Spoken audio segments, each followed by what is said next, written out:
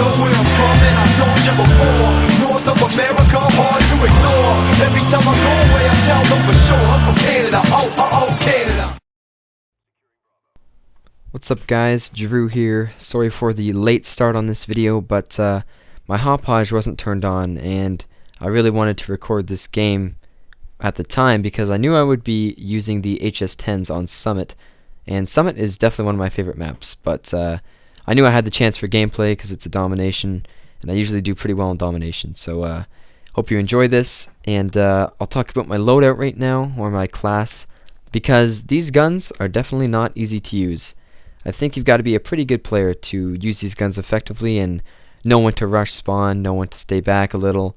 But anyways, my perks in this game are Lightweight Pro, Sleight of Hand Pro, and Marathon Pro, which is a kind of standard shotgun, run and gun, balls to the wall sort of class, but the way I use it is a bit differently. I don't always run to the spawn, I kind of hang back a little. You'll see it in the videos, or in the video to come. But my equipment is something out of the norm, and as you may notice, the green circle on the minimap in the top left-hand corner of your screen, that's a jammer, as many of you may know. I'm talking like this game just came out, but yeah, that's a jammer, and it's my equipment of choice as of late, because everyone uses a claymore, everyone hates claymores. I know when I run into a claymore, I pretty much just want to punch a hole in my wall. I couldn't come up with anything else that was creative other than punch a hole in my wall. But anyway, so I was using the jammer just to test it out, and I was pleasantly surprised. Sorry, I was thinking of something there. I was pleasantly surprised when the jammer actually worked out for me, and right there you see I rush a little too much into their spawn and I get caught by some dude with a spaz. But the jammer is really useful. I don't know if you guys know what it does, but basically it renders their claymores, motion sensors, other equipment, makes it useless. Like, they won't work if you put the jammer down and the claymores in its radius. They won't work. And there's this guy right here who sits in the corner with a stakeout. You'll see him in the video quite a bit. He kills me a few times, sits in that corner and holds it down like a beast. He protects that A flag like no other. But anyways, the jammer, I would suggest trying it out, because it kind of acts as a UAV jammer, and when you're rushing with a gun that isn't silenced, that is kind of helpful. And surprise, I'm still in the corner. Anyway, the jammer is very useful, so I would suggest trying it. But now, on to the gameplay. Shotguns in Black Ops are honestly one of the hardest things to use, I find. I usually do get frustrated. Right there, I was very frustrated because I thought I could get a triple, but they failed me. And I think one of the reasons that the shotguns don't live up to people's standards is because in Modern Warfare 2 you could have extended mags on your shotguns, you could buff them up really well, and they were really powerful from a long range. In this game, shotguns have barely any range. Most of the shotguns have very little ammo in each clip, or whatever you want to call it. The HS10, for example, I have this Akimbo, and I have 4 shots in each gun, but usually I use both of them at the same time because I want to ensure to get that kill. So you'll see here, like, they do not have much range at all. So when you use them, you've got to play smart.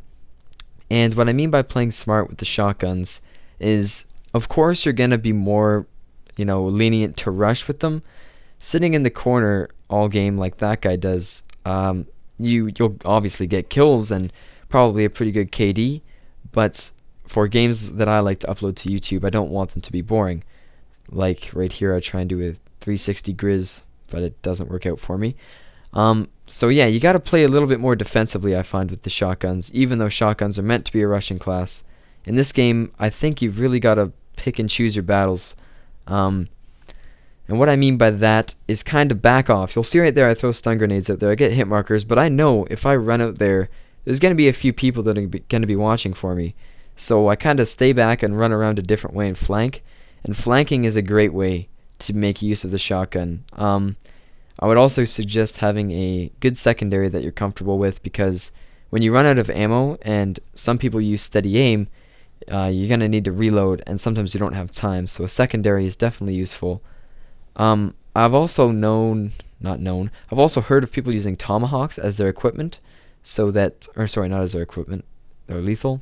Yeah, they're lethal, because, they can kind of kill people from a distance if they don't have any more shotgun rounds or something, or if they run out and they're weak.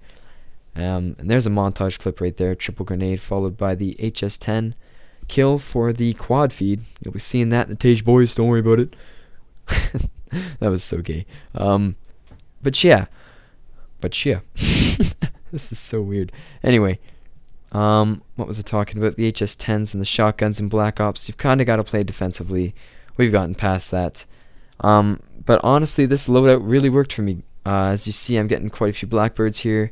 I get a chopper gunner there, and I don't know what it is, but I suck with chopper gunners in this game. Like, I'm really, really bad. I don't know why I find it so hard to use it, but I do. I suck at it.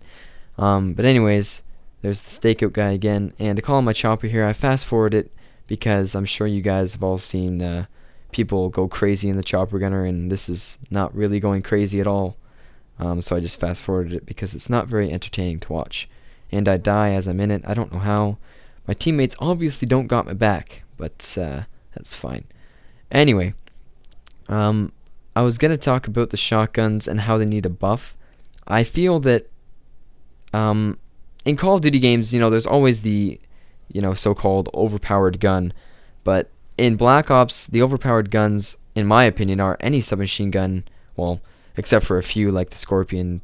Even that's a pretty good gun at its short range. But assault rifles and submachine guns, and even light machine guns, really, there's some good light machine guns. Those basically are the beast guns or overpowered guns in Call of Duty. And when you use a shotgun, it's really hard to get a, not just a good gameplay, but to do well. Because essentially you can do anything that a shotgun can do with an assault rifle or a submachine gun. So when you use a shotgun or a sniper rifle, you're putting yourself at a disadvantage. And I don't know, I feel that Call of Duty should be about balance. I don't think there should be a gun that screws you over or gives you a disadvantage in any way. So I'd like to see I would like to see a buff for the shotguns, because at this point in time, it's very hard to use them. It's very hard to get a good gameplay. There's a few ways of buffing them too. There's not just like make the range longer or make the damage higher. I think I would put extra bullets in the magazines, because if the damage isn't very high, you need to use more bullets. And if you're not using scavenger, then you run out of ammo quite quickly. So I'd give them a bit more ammo, maybe a tiny bit more range, but more bullets in a clip is really what it comes down to, because you can still kill someone from a little, a bit more than a medium distance away. It's just that it takes a lot more bullets, so, why not give us a few more bullets? And people are always looking for creative classes, and I feel that shotguns is, the way to go if you want to get a creative class, but it's just hard to use them when everyone else is picking you off from a distance using an iron field or something of that nature. But the game is wrapping up. I think I go 54-15, I think is the score, which is pretty good.